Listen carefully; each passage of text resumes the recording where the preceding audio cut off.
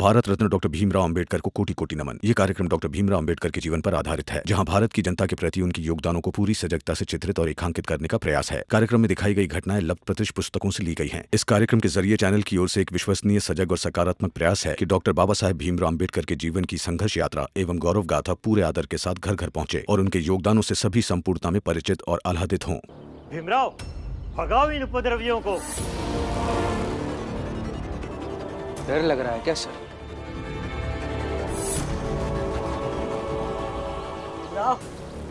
मेघनाथ और बाकी लोग हमारे पास आकर कहते हैं कि तुमने पत्रकार बनने के लिए, पैसे कमाने के लिए ये सब किया, क्यों? हमारे विश्वास को तोड़ा है, मगर फिर भी हमें विश्वास नहीं है। बस आपसे सुनना चाहते हैं, बस एक बार सच बता दीजिए तो तसल्ली मिल जाएगी।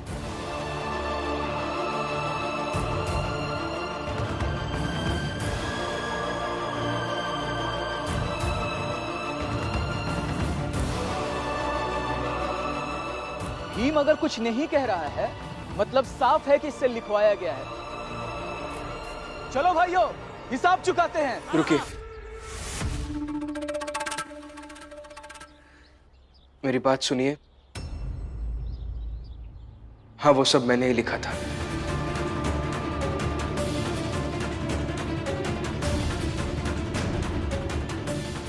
और जो मुझे सही लगा वही मैंने लिखा।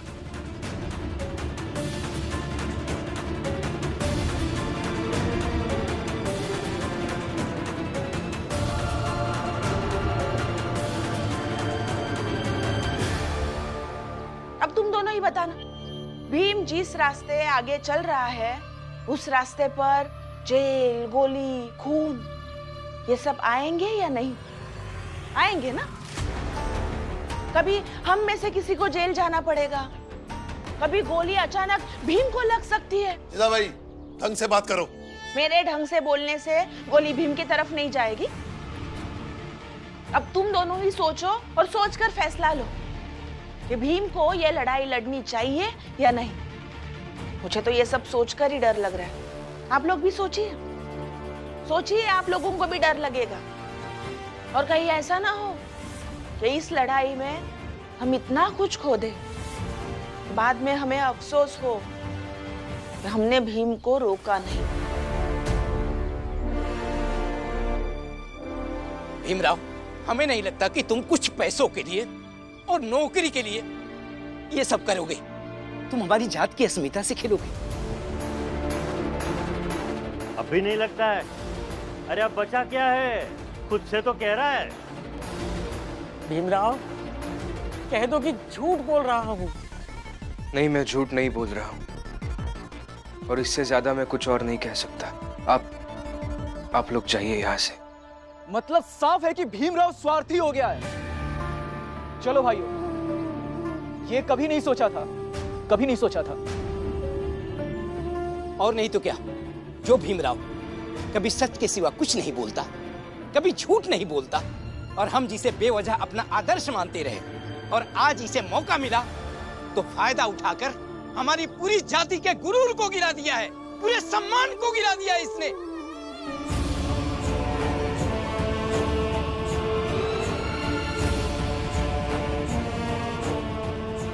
जाते हैं हम, और भीमराव, आज से तुम्हारा और हमारा रिश्ता खत्म। हाँ भीमराव, हम खून के रिश्ते से तो नहीं बंधे थे, मगर रिश्ता था। उस रिश्ते की हर एक डोर को हम तोड़ कर जाते हैं। हाँ, हम सारे रिश्ते तोड़कर जाते हैं। चलो चलो।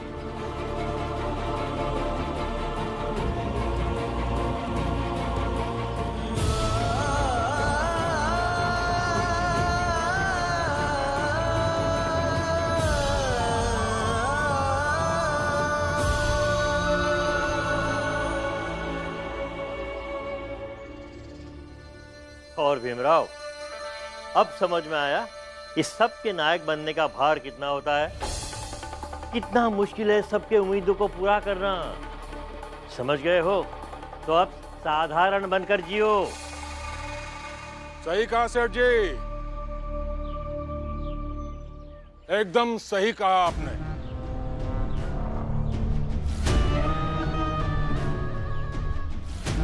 क्या हुआ भीमराव? हाँ? ऐसे हारे हुए से मुंह लटकाए क्यों खड़े हो? आज तो तुम्हारी जात वाले तुम्हें बेइज्जत कर रहे थे, कल देखना पूरा समाज तुम्हें बेइज्जत करेगा। सुना मैंने अभी, तुम्हारी जात वाले रास्ते में बात करते जा रहे थे, उन्हें तो तुम्हारे नाम तक से घृणा हो गई है। बल्कि एक तो कह रहा था कि भीमराव गुब्बारे जैसा था जो फट गया। भीमराव तू तो गया, खत्म, समाप्त। मेरे सवाल का जवाब नहीं दिया सर आपने। कौन सा सवाल? कि क्या आपको डर लग रहा है?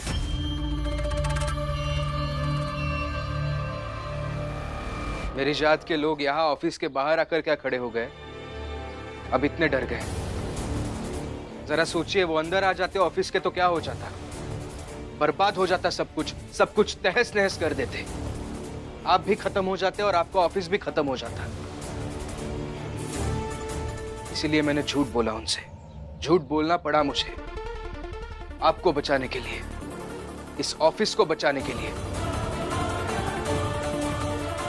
और जानते हैं मैंने ऐसा क्यों किया?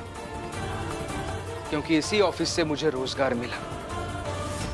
अरे ठीक है भीमराव, यही समझकर खुश हो लो कि इस ऑफिस से रोजगार मिला है तुम्हें, क्योंकि विश्वास तो पूरी तरह से खत्म हो गया है तुम्हारी जात का तुम पर से। नहीं मेघनाथ जी, गलतफहमियां खत्म होती, धोखे से पैदा किया गया विश्वास भी खत्म हो जाता। लेकिन जो विश्वास दिल से हो, प्रेम से उत्पन्न हो, वो कभी खत्म नहीं हो सकता, कभी नहीं।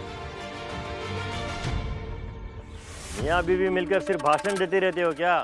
अरे सब यहाँ से सारे रिश्ते तोड़कर चले गए हैं। जुड़ जाएंगे सर। भीमराव अंबेडकर का रिश्ता ना कभी उनके जात से टूट पाएगा और ना ही कोई तोड़ पाएगा।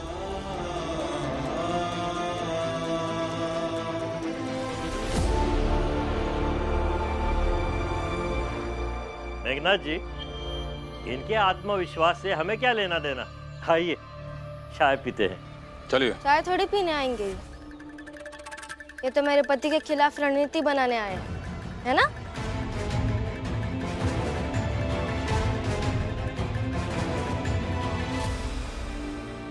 आपका आज का काम खत्म हो गया होगा तो चलिए।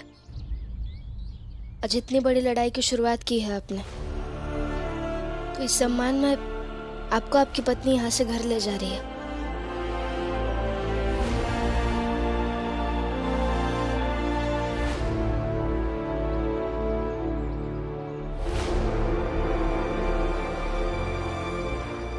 भैया,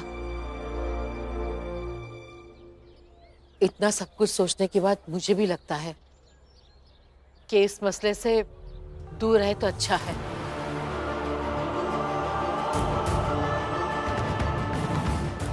हाँ बाबा, बुआ सही कह रही है। हाँ राम जी भाऊ, भीम के लिए बहुत बड़े खतरे वाली बात है।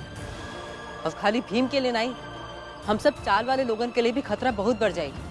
यही लिए हम सब चाल वाले मिलके ही फैसला किए हैं कि भीम ये लड़ाई में भाग ना ही लेगा। अरे हमारे फैसला लेने से क्या होगा? मेरे पति फैसला ले तब ना। और आज अगर सबने फैसला नहीं लिया ना, तो एक बात लिख के ले लो, किसी अंग्रेजी अधिकारी की गोली से मार दिया जाएगा भीम।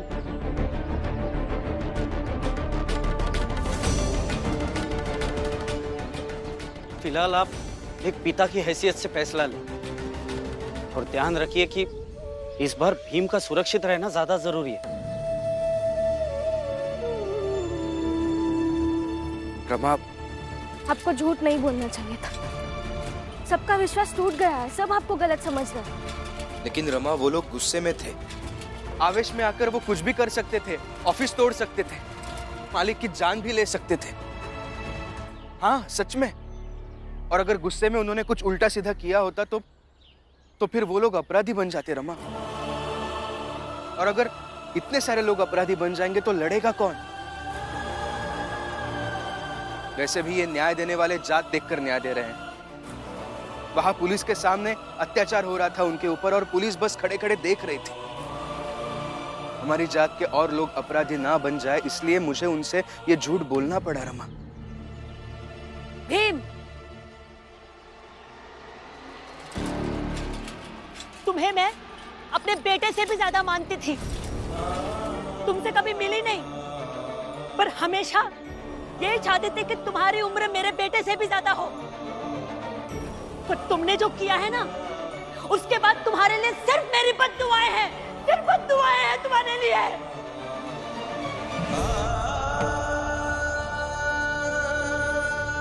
काकी मैं हाथ जोड़ती हूँ, अब बद्दुआ मत दीजिए। भीमराव, ये तुमने ठीक नहीं किया। तुम्हारे इस कदम से हमारे सपने कमजोर हो गए। तुम्हारी बातें सुनकर हमें हर अगली सुबह में ज्यादा चमक दिखती थी, ज्यादा चमक। पर अब रात का अंधेरा और सुबह की रोशनी क्या।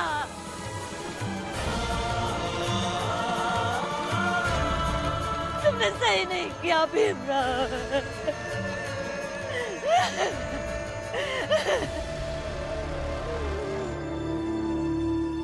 मन ही मनोरथ छाड़ी दे, तेरा किया न हो।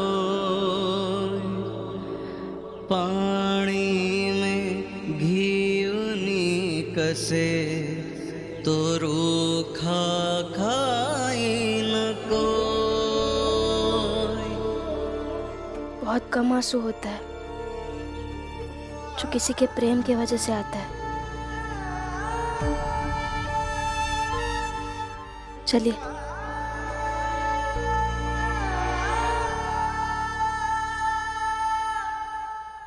ये पहला मौका है जब भीमराव की जात वाले ही ना उसके खिलाफ खड़े हो गए।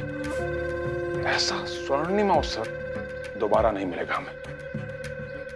और जहां तक मैं समझता हूं उस भीमराव को, एक बार उसने अगर सबके सामने ये स्वीकार लिया है ना कि उसने ये खबर अपनी मर्जी से छापी है, तो इस बात से वो करेगा नहीं। भीम की ताकत उसके लोग थे और आज उसके लोगों का ही विश्वास कमजोर हुआ है। तो इस कमजोरी को और बढ़ाना होगा और एक दिन ऐसा हो जाए कि भीमराव समस्या सा हो जाए। और जिस दिन भीम के विरोध की ज्वाला बुझी तो हम सब सुरक्षित, हमारी सत्ता सुरक्षित। तो इसका तो एक ही तरीका है, भीमराव को इस लड़ाई में जीतने नहीं देना है। ये पूरन नाम के कैदी की जो लड़ाई है ना, अगर वो भीम जीत नहीं पाता है तो वो अपना सम्मान खो देगा। इस पूरन की लड़ाई को इतना बड़ा बना देते हैं कि भीमराव की साख भी इस लड़ाई में दांव पर लग जाए। फिर जब बार बार कोशिश करने के बावजूद ये भीमराव हारेगा ना, तो ये जो विशिष्ट व्यक्ति बनकर उभर रहा है ना वो अपने जात के लोगों में या समाज में, अब देखिएगा एकदम सामान्य सा आदमी बनकर रह जाएगा। अब चाहे जहां तक भी जाना पड़े, ये लड़ाई जीतने नहीं देंगे भीमराव को। बिल्कुल।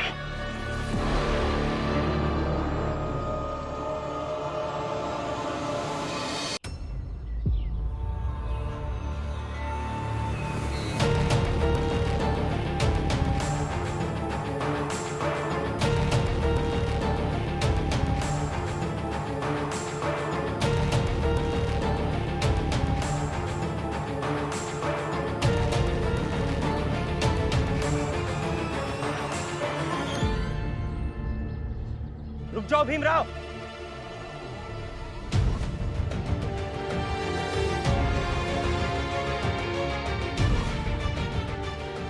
भीमराव, तुम उस पूरन नाम के कैदी के बारे में कोई बात नहीं करोगे और कभी नहीं करोगे। नहीं, मैं करूंगा। नहीं करोगे? मैं करूंगा। मतलब तुम नहीं मानोगे? नहीं। भीमराव, तुम नहीं करोगे? मैं करूंगा। तो फिर मरो।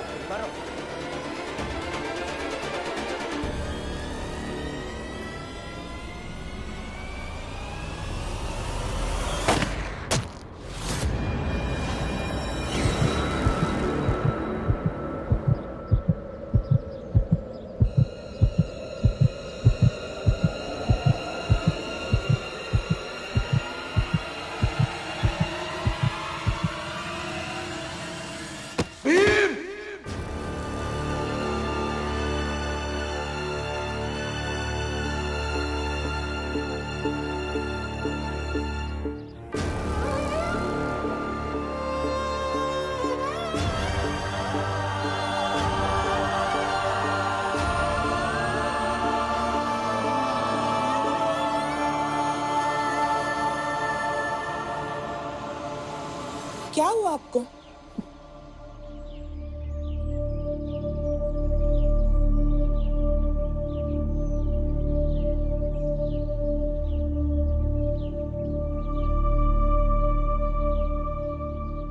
अरे का भवा राम जी, कहूँ भीम का तो कुछ नहीं हुई गवा।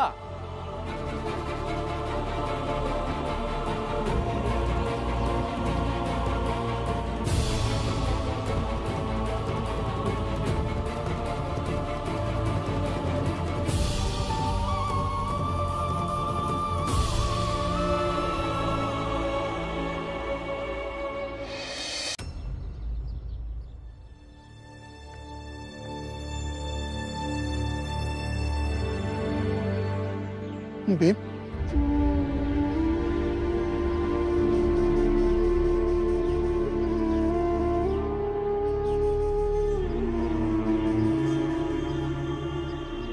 क्या हुआ बाबा? क्या हुआ? सब ठीक तो है ना?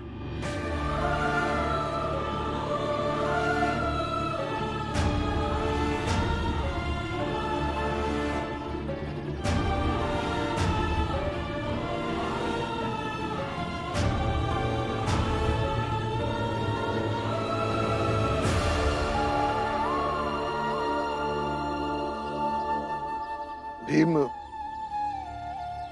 पूरे चाल वालों ने मिलकर ये तय किया है, ना ही तुम पूरन के बारे में बात करोगे और ना ही उसके लिए कोई लड़ाई लड़ोगे।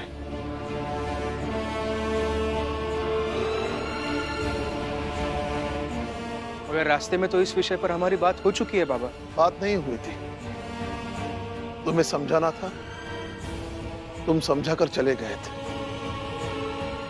और मैं समझना नहीं चाहता। एक बार कह दिया ना, नहीं मतलब नहीं। मगर बाबा ये सुनो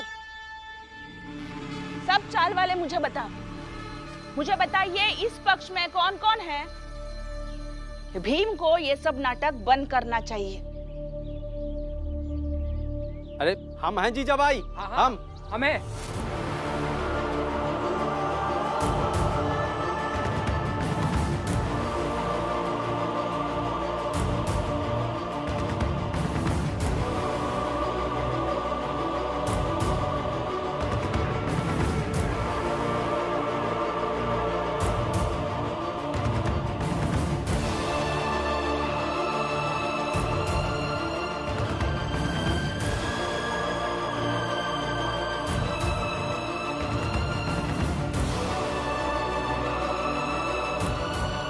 आप सब भी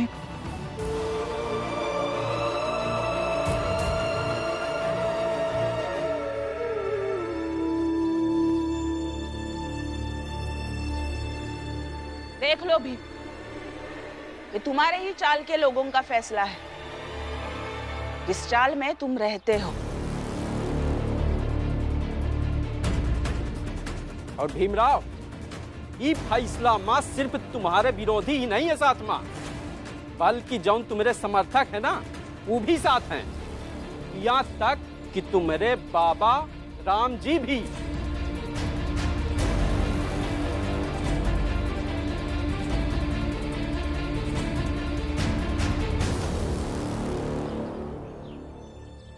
भीम, बेटा इस बार रहने दे इस बार। रुको भीम, आज मैं भी देखती हूँ तुम्हारी जिद बड़ी है या तुम्हारी ही चाल के लोगों की इच्छा।